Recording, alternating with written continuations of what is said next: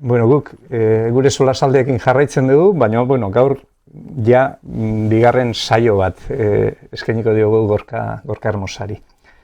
Pixka bat ikusi gendun, zure ibilbideen hasiera, iritsi gea ja Espainiako lehiaketa hura irabazi, ja ate batzuk ireki zitzaizkizun, eta paraleloki Pitirekin egin duzun bidea, eta euskal kulturarena bueltatzea, ezta, esan dezagun. Eta, bukatu gendun Silbio kabestutako, Gorkaren doinoarekin. Ez dauket nik behintzat asmorik zure diskografiaren ibilbide bat egiteko, ez? Baina, bai esango dugu, lehenengo diskoa egin zen duen, ez dakit Astor Piazzolari omenez bezala, ez dakit tangoarekin lotura zeuken disko bat. Esango dizut, bitxikeri modura, Kepa Jonkerakin egon nintzenen, berak esaten zidan, beretzako Astor Piazzolla, Iñaki Diegezekin egon nintzenen, berdin, eta zure lehenengo disko hori, pixka bat berari edo, tangoarekin zer ikusi handia zuena, ez da. Ez que nik uste berakin zola, exactamente nik nahi nona, izaten genuna, ez alde batetik musika oso klasikoa edo oso serioa jorratu dugunok, eta hori ikasi dugunok, ikusten duzu azkenean hori ez dala jende gehiengo bati iristen, ez? Eta azkenean dala zauret oso abstraktua izan daitekena, eta Piazzollak nahastu zuen hori bere herriko musikarekin, tangoarekin, herri musikarekin, eta hori bateratzerako orduan, sartu zion baita jazzaren askatasuna, edo pixkate iriki... Improvisazioa edo... Eta hain ondo dago pentsatuta kontzeptua, esatu zura, nik hasieran Piazzollaren musika asko jotzen nun, eta gero esan eta zaratik ez detiken nolako zerbait, baina euskal musikarekin, ez? Hartu, hasieran harinarin batekin hasi nintzen, fandango batekin, eta hori nahaztu musika klasikoarekin, eta improvisazioak egin, eta jazzetik datorren jendearekin nahaztu, azkenengo dizkan bezala, gari txistulari... Gariko Izmendizabal, izuk esaten duzu txistuaren munduan Paco de Lucia txistularia bezala, ez da? Oso musika harrikoia egiten duen pertsona eta oso erroak sustraiak ematizkionak diskari eta bestetik Carles Benavente eta Tino Di Geraldo jazz munduko Miles Davis, Chick Corea eta olako jendearekin jotzen ibilidan jendea hori denak nahaztu eta pixkat bide hori egin dut ordundikan, ez? Gauza oso desberdinak nahaztu, baina bi kontzeptu horiek, hiru kontzeptu horiek oso argi ukita, alde batetik musika zaila, niri oso horrexazetze hori kasi dut beti, oso naturala zait. Musika harrikoia egiteak, ematen dio nik uste sustentu bat eta egipuntu bat egiten hori da, zure zerbait zela. Eta gero jazzaren askatasunak ateak irikitzea eta lotxek eta beldurrek ez eukitzea. Eta hortan, hiru mundu horietan egin den nire bizitza guztia, ez? Eta gero, Jon Maiarekin edo horri hitza sartze jozunean, horrek beste dimensio bat hartzen du, Oso ondo. 2014an gero heterodoxia egin duen, eta entzun nun Espainiko irrati baten elkarrizketa bat egin zizuen, eta zuk bertan soinua jotzen duen, Paco de Luciari eskainitako zerbait gaina pixka lehentxago hilda zan bera. Eta, gogoratzen nahi izango elkarrizketa hura, eta esaten zenun, datorren astean Txinara noa, gogoratzen nahi hori. Eta uste zala zure lehenengo aldia Txinara juntzinena, baina Txinara zihozten, bertako Pekineko konservatorion emanaldi batzuk egitea, 2014an. Ez dakit, iritzen zait, bizkat, ongaitzeiten nire alde harriko jaz edo bizkat, baina musika munduan, musika klasikoaren munduan ere jarraitunen bidea egiten. Eta 2006an jaso nuen e-mail bat tipo batena, Zelanda berriko tipo batena esanez nire pieza bat asko gustatu zitzaiola eta bidali nion, nik enekin zan bera eta nik mundu hori ikusten dut zerbait oso bezala. Eta urte hortan irabazi zituen mundu mailako 4 lehiaketa garrantzitsuenak zure obrarekin. Nire obra jotzen. eta, karo, momentu hortatik, hasi nintzen mundu guztin, musika klasikako zirkulo handi horietan oso ezaguna egiten, eta mundu guzti zekin zein zan Gorka Hermosa, baina inorrek etzekin zein nintzen ni. Bai. Zure papela. Claro, nire izena. Eta orduan hasi zitzezkean gonbidatzen, Pekingo konservatoriotik, Moskuko konservatoriotik, Praga, Varsovia, munduko konservatorio handienetatik. Ni flipau egin, no? Urretxuko mutil bat galduta, eta berdina, jartzizkiatena masterklasak emateko txino batzuk edo rusoak edo, eta nik beti klasak berdin azten nituen, nik sekula ez dut jotzen duzun bezain ondo, ez orain, ez zuen dela, ez gaztean nintzanen datopene honen, baina imaginatzen zure irakasleak ona gonbidatu banau, da pentsatzen dolako nire ibilbide musikalak zerbait lagundu aldi ez zukela, orduan, zuk jakinda, nik ez dutela zuk bezain ondo jotzen, nik kontatuko zuen nire ikuspuntua egiten dezunataz, baina modestia handiarekin, eta gelitzezkitola beti erraro behitzen, eta esatik, zate jotzuzu pieza hau, eta ja gelitzei, eskene irakasle jarri dit, edo ez dakit, azkenen, iteiet pentsaraztea azkenen egite dutena, beraiena izan behar dela, propio, eta nire esperientzia kontatzen, eta egia da, gehienetan toki horietatik berriro deitu nautela, eta horrek bai ematizu, lehenko aldin kriston lotxa, baina berriro bueltatzeko esatizutenen, zerbait ondo ingoet, eta beti modestiatik edo jakinda, ez dakidana... Arrastoren bat dutziko zenuna, zetik, han bada, nik ez dakit pronunziatzen hori, baina ez dakit Tianjin edo bada hiri bat, Txinako 5. da. Baina bertan bakarrik 15 milioi biztanle daude. Hego Euskal Herrian 3 milioi gaude, hiri hortan 15 milioi. Eta hor bada lehiaketa bat, mundu mailan garrantzia handikoa, eskusoinuaren lehiaketa bat, eta Gorka Hermosa deitzen da, Gorka Hermosa International ez dakit zer, eta jolin, eta hautza lehiaketa hortara aurkezten danak zure obrak jotzea behartuta dago. Hori arrasta utzi dezula Txina alden, ez? Bai, da, txinena da puntazo bat. Akordelari gehiago daude Txinan, beste mundu guztia batuta, baina pasada bada zintzen bat dira. Bandera gutxin dute akordio orkesta bat, 3.000 eta piko akordelariek, dena da... A lo grande. Eta... horren ondoren gero intziaten enkargu bat, pieza bat idazteko, idatzi non, eta pieza horrek oso zabalbide handia aukidu, oso virtuosoa da. Behaien, Tibeteko melodia batetik abiatuta da, eta behaien grazia asko indie, edo ez dakit nola nahaztik juten nik nire euskal moduarekin, behaien melodiak edo bere behaien, zerbait originala edo desberdina, hori bai da nire bizitzako leitmotifa edo. Eta asko gustatzen zaien, eta ordundik indizkaten kargu gehiago, eta oso kuriosoa da ikustea, ara juta eta ikustea inbeste txino nire piezak jotzen, da puntazo bat. Ja, eske, iruditzen zait, baina, ez hori bakarrik, mundu mailan, interneten sartzen naiz, Europako ez dakiz zer akordeo, eta ateratzen zait, Lukas Gogol, Poloniako Gold Talent irabazi du Gorka Hermosan obrarekin. Semifinalea iritsi zen Gorkaren obra batekin, eta finalera iritsi zen, eta Gorkaren beste obra batekin irabazi du. Afarin bat euskal barko diezu, gertazizki gauza kurioso asko. Hori afari bat ez, deitu ziaten, lagundu nien moldaketak egiten, iritsi zen finalean eta irabazintzon, eta familiaka super eskertua, nien ezerko gratu, eta nintzako nego gore handi bat da, eta ez da, lasai.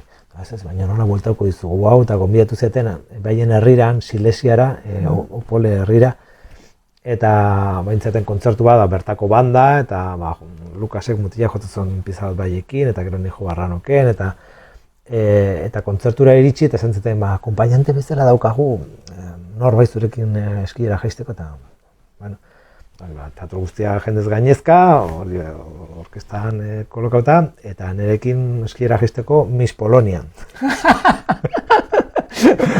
Eta Miss Polonia eta biok eskutik helduta, eskiera jaisten. Eta gero eraman ninduten baiena mamaren etxera, eta onginean baien bozka guztik probatzen, eta bai, egia esan, gertaz ezki gauza bitxi asko edo, Teheraneko Auditorio Nazionala bete genuen 2 egun segido, musikak eman dizkiten politena da, ezagutu etela mundu guztiko txoko arraroenetako asko, eta kontu ez ze jende jatorra da mundu guztian, ez? Ze polite. Gorka, ja bitxikerik kontatzen ari gean ez, esan dezakegu, biok esan dezakegu, oraintxe, Espainiko Telebistako 2. kanalean ladozen, Garikoiz Mendizabalekin elkarrizketa, eta saio bat eskaintzen aizea, eta solasaldi bat nerekin batea. Hore alatza. Nahi nuke, Gorka, da ibilbide musikala eta landu dugu asko gelditzen zaigu hor esateko, baina beste bide bat ere jorratu nahi zurekin hitz egin nahi nun beste gai batetaz. Baina gai hortara iristeko asmakizun bat egin nahi nizun. Bai? Eta zuri ere, bai? Aber zeinek asmatzen duen lehenago. Hau izango da, lehiaketatxo bat bezala, ni pista batzuk ematen jungo naiz, eta haserako oso orokorra izango da, eta jungo mugatzen, bai? Deitu deike zu bezala. Zergatik bera, zu bezala artista da. Personai bat da, zu bezala artista da. Horrekin ez dezu asko asmatuko. Zu bezala euskalduna da. Mugatu dugu pixkat. Horrendi pistarik ez da. Zu bezala urretxoarra da.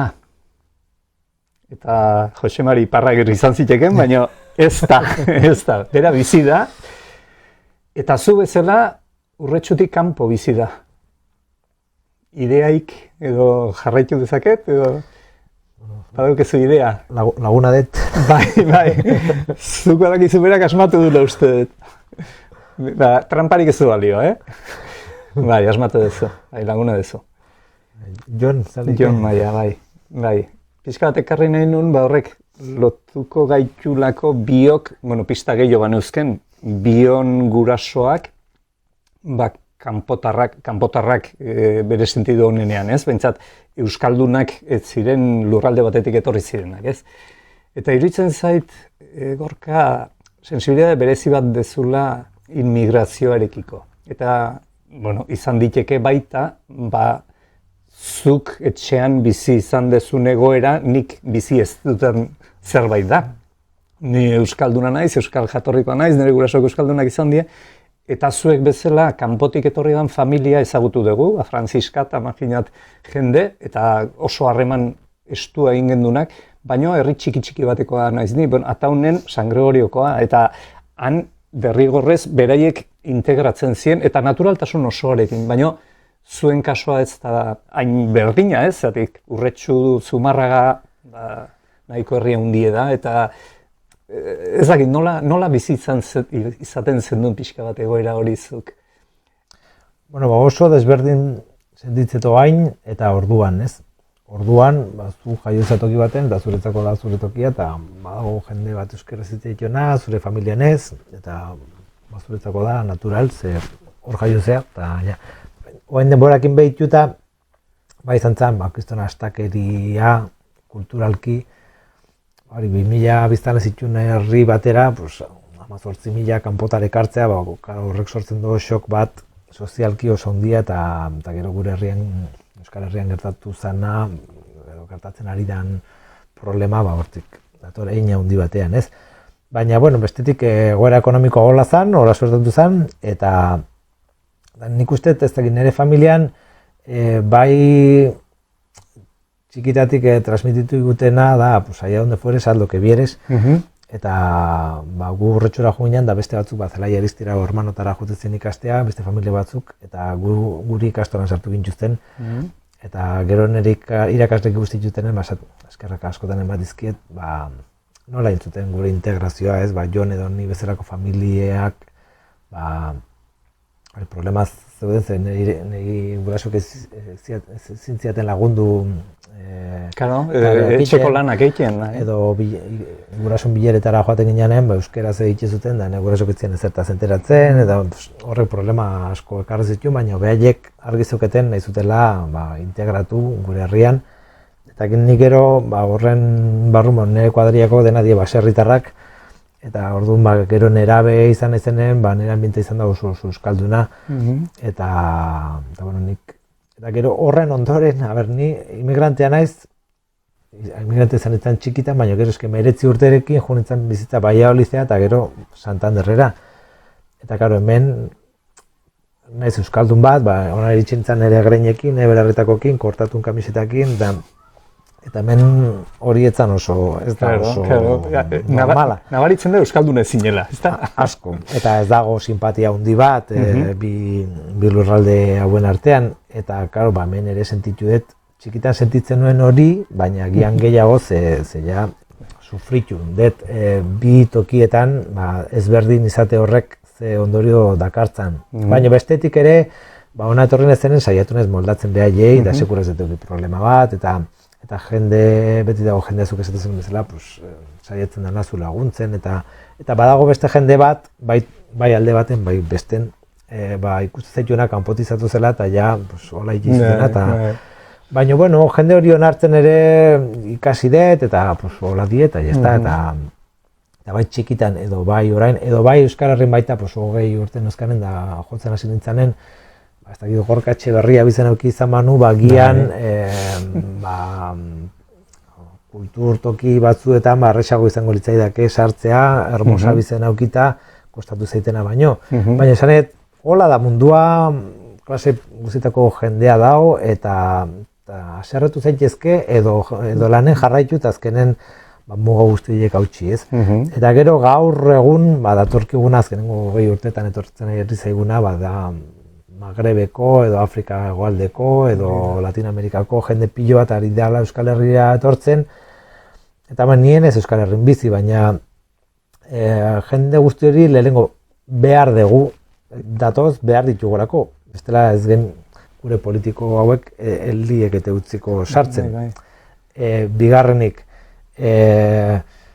behar dugu behaiek gure kulturan sartzea eta guri nire garaia haitan gertatu ziteguna berriro ez gertatzea eta behaiek euskalduntzen saiatu eta zubiak guk ereki behar ditugu eta gaina gaur egun internet guztia erderaz dala o ingelesez eta datorkigun abalantxa guztia kontutan eukita euskaldunok taktika berriak asmatu baitugu gure garaien estremeño gallego eta hauen olatu eritsi izan bezala, oain olatua agian handiago da eta ez da etorkinak gurera datozelako bakarrik, hori gutxienekoa da, baizik eta internetekin etorri zaigun zama guztia gainera datorkigula eta gure burua berrimentatu behar daukagula, errespetutik, abiatuta, beldurri gabe, esan egite fusioa beti egonda, beti egongo da eta oso beharrezkoa da.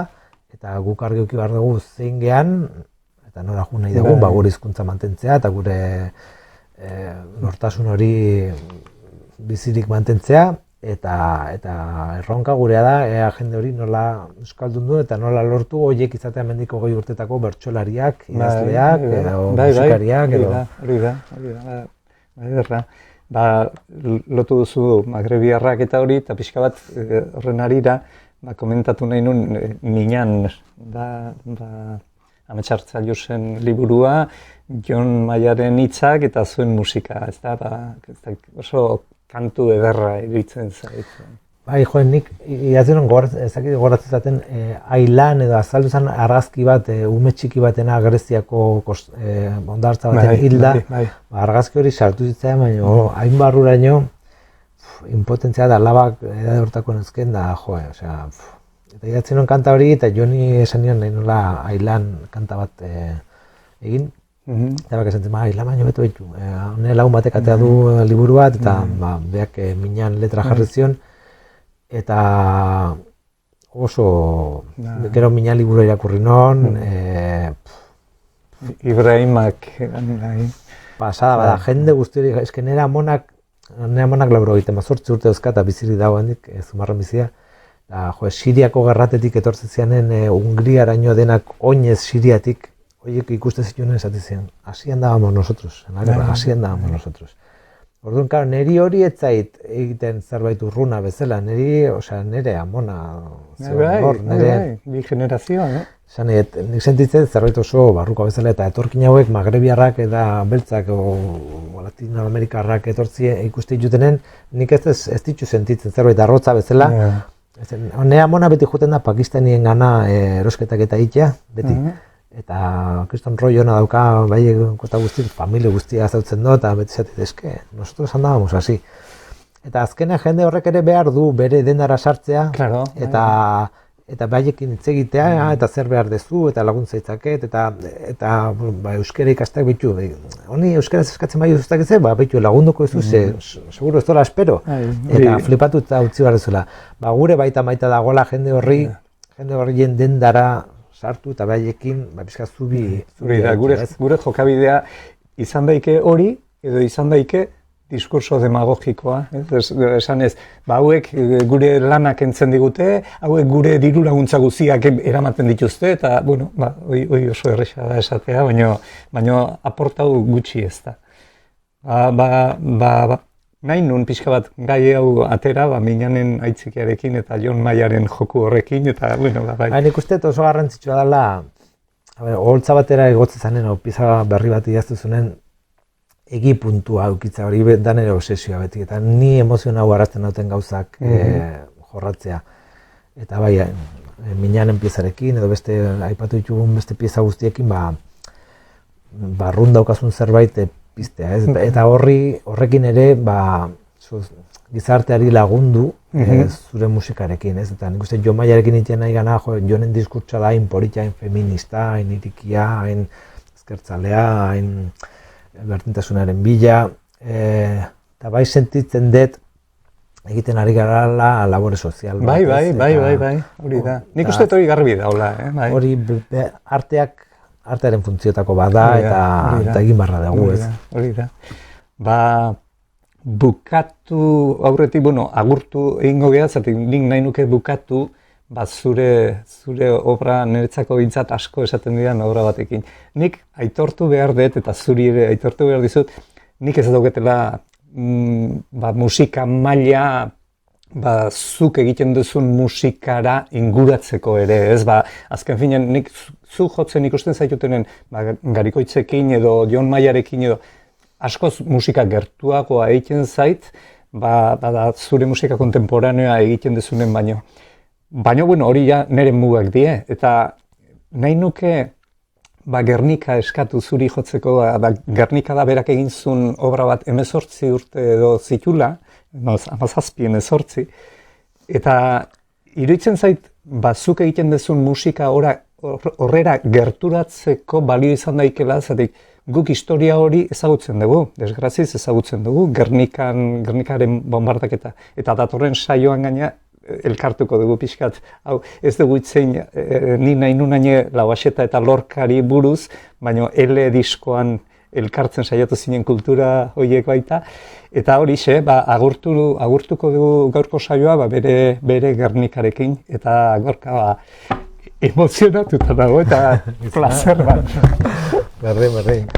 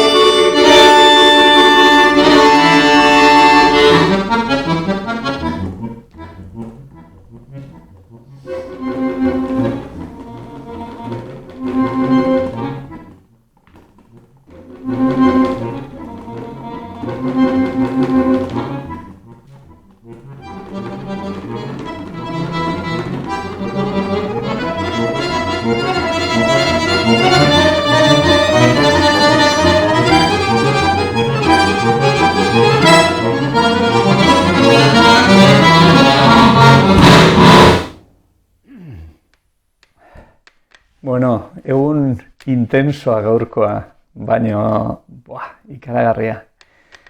Gaurkoa bezalako egun batek, balio du urrea. Niretzako da eskudoinuak, kanalak eragiten dizkidan lan eta buru uste guztiak, gaurkoa bezalako batekatik pena merezi du hogeita askoz gehiago.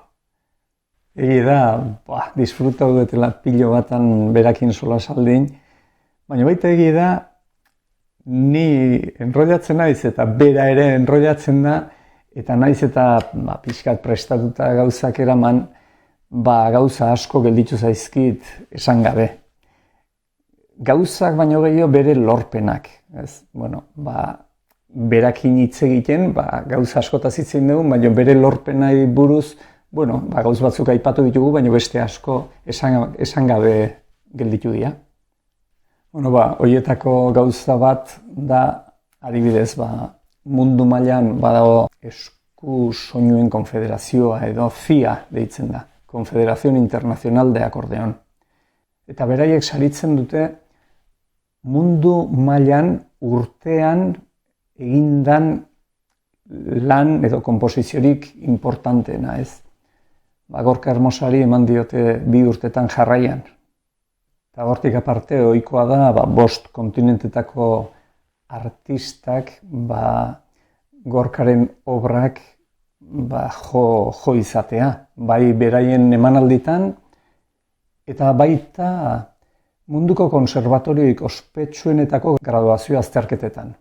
Adibidez Moskukoan edo Londresekoan edo Paris edo Erromako konserbatoriotan, ez?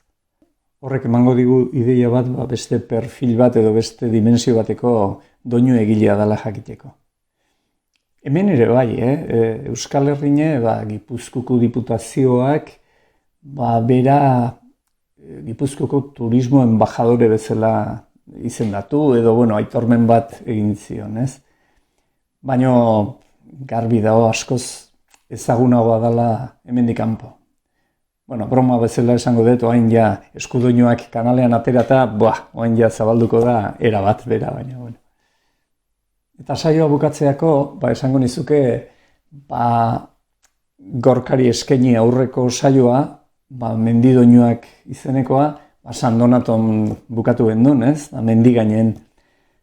San Donato gainetik, ia esan dezakegu iritsi gehala 0 ingurua. Gorkaren solasaldi horrekin eta bere musikarekin. Baina lasai. Datorren saiotik aurrea berriro gure eguneroko lurrea jetxiko gea. Ez degukiko ez Gorka Hermosa, ez Iñaki Dieguez, ez Kepa Junkera, Juanjo Mintegi jarraituko do, baina hori lurrean, ez? Eta baita esango dizut, orain arte azkeneko saiotan landu ditugun fandangoetan pixka bat, ez dakit nola esan, virtuosismo bat azaltzen zan, doinu erakargarrik dielako. Ondorengoak nahiko xumeak izango dira. Baina xumeak izateatik ez dute bere balioa galtzen. Sensibilitatea handiko doinuak izango die, gure doinuak, eta gure historian zerikusi handia izan dutenak. Horrekin bukatuko dugu gaurko saioa, eta badakizu lagun, ondo badatorkizu, urren arte, eta ondo izan bitarte.